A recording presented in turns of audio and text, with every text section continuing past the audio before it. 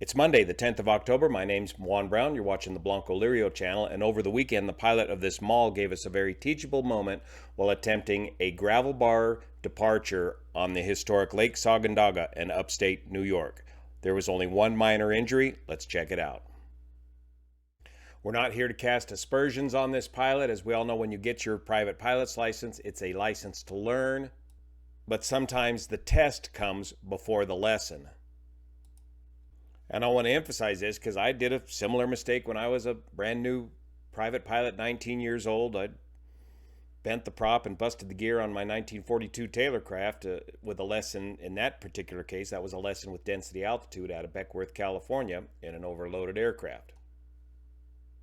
Now, all this was captured on Facebook, the Fulton County Area News Facebook page, including some video footage of the actual takeoff accident. Lake Sacandaga is located here in upstate New York and is located at about the 1,000 foot elevation, and it appears that these guys are working off of these sandbars in this portion of the lake. And it's a lot of fun to do this kind of flying.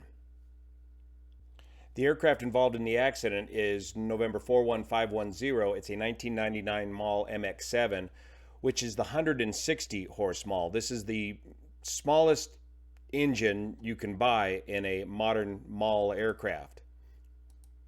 Very nice, clean, well-equipped Maule. These are great aircraft when you operate them within their limitations with only 160 horsepower.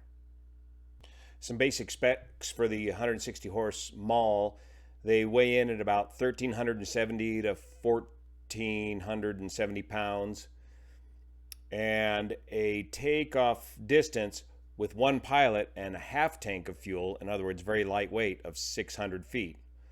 Takeoff at gross weight over a 50-foot high obstacle, 1,180 feet.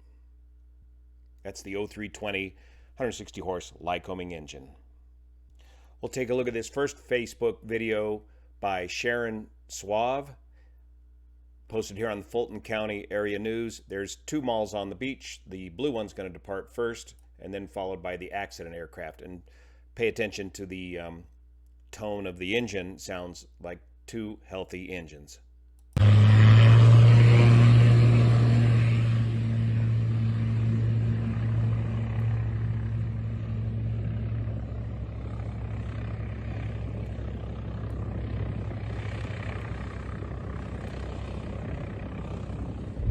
He's up and off the ground just fine.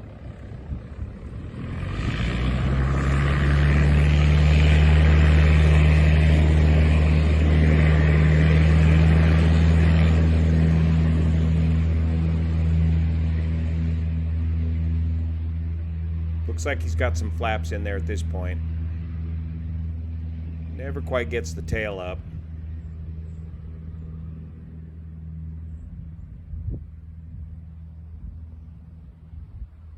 And drops down into the water.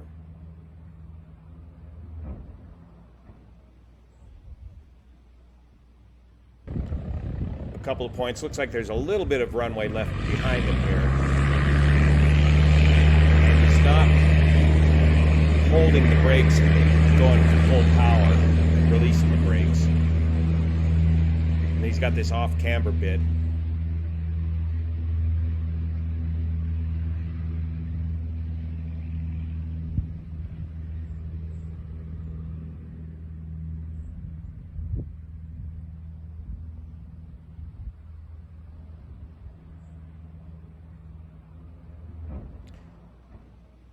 Now let's take a look at this from a different angle. This one was shot by Craig Anderson.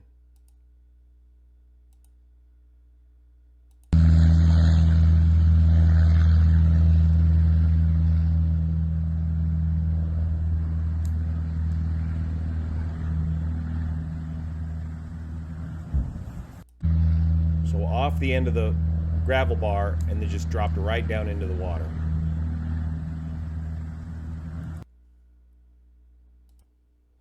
And yet from a third angle, note the winds. It looks to me like a quartering tailwind for this departure, and the low clouds overhead are are definitely indicating a tailwind. You can tell by the shadows for the winds aloft. But here on the surface, it appears to be a quartering tailwind.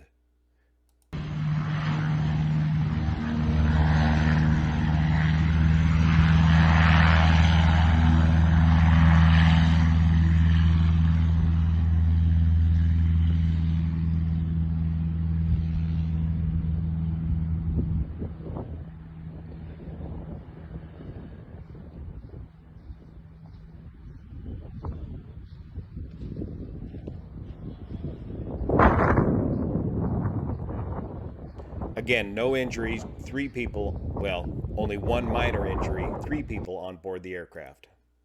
When I go out doing these sort of adventures in the 180 horse Husky, because of that hard test or lesson that I learned back when I was 19, I like to go out and do these sort of adventures at a very light weight, usually solo or with somebody very light like Lieutenant Pete in the back. And as far as camping gear goes, I like to travel very light on the camping gear as well. So some of the factors stacking up against this Maule pilot was the aircraft itself at only 160 horsepower. Again, the Maule with the smallest engine out of the entire fleet. And then loading it up with 3 people on board. We don't know how much fuel this pilot had on board the aircraft. A relatively short gravel bar departure. These aircraft with the small engines, they can land much shorter than they can take off in. The landing distance will be a fraction of the takeoff distance. They can get you into places that you can't get out. Plus the winds, the quartering tailwind condition that the pilot was operating in, these are all factors that added up to this result here. It looks to me like this is the picture after they dragged the aircraft back up onto the shoreline upside down. Again, only 1 injury. So this brings up another point that they don't teach you about in private pilot training, unless you've got a good instructor that does this kind of backcountry flying, the idea of a rejected takeoff, especially in the backcountry. The basic concept is the 70-50 rule. When we go and land at these locations, we get out of the airplane, walk around, and we like to pace off exactly how much room do I have to work with here to take off. And then I need to find out, well, where's the midpoint? Is there a reference point at the midpoint, or put a log or put something there at the midpoint of the runway to locate the midway point of the runway, and then figure out your minimum acceleration speed at that midpoint should be 70% of the speed that you need to take off. Now, just to keep the math simple, this is an unrealistic number. Say you need 100 miles an hour to take off. Well, you would need to be at least 70 miles per hour at the midway point on your runway before you continued the takeoff. Otherwise, you would need to do the very rapid decision to reject the takeoff at the midfield point. Maybe you got enough runway to stop, maybe you don't, but it's better to go off the end of the runway slowly than it is to go off the end of the runway fast. So get out there and practice. Think about your 50-70 rule. What are you going to use for a rejected takeoff, especially in backcountry flying? Use your judgment. Don't stack the odds up against you with weight and tailwind and engine power and conditions. This could happen to any of us. Thank you for your support, especially the folks over on Patreon that make this content possible. Thank goodness there were no serious injuries as a result of this accident. Thanks for your support. See you here.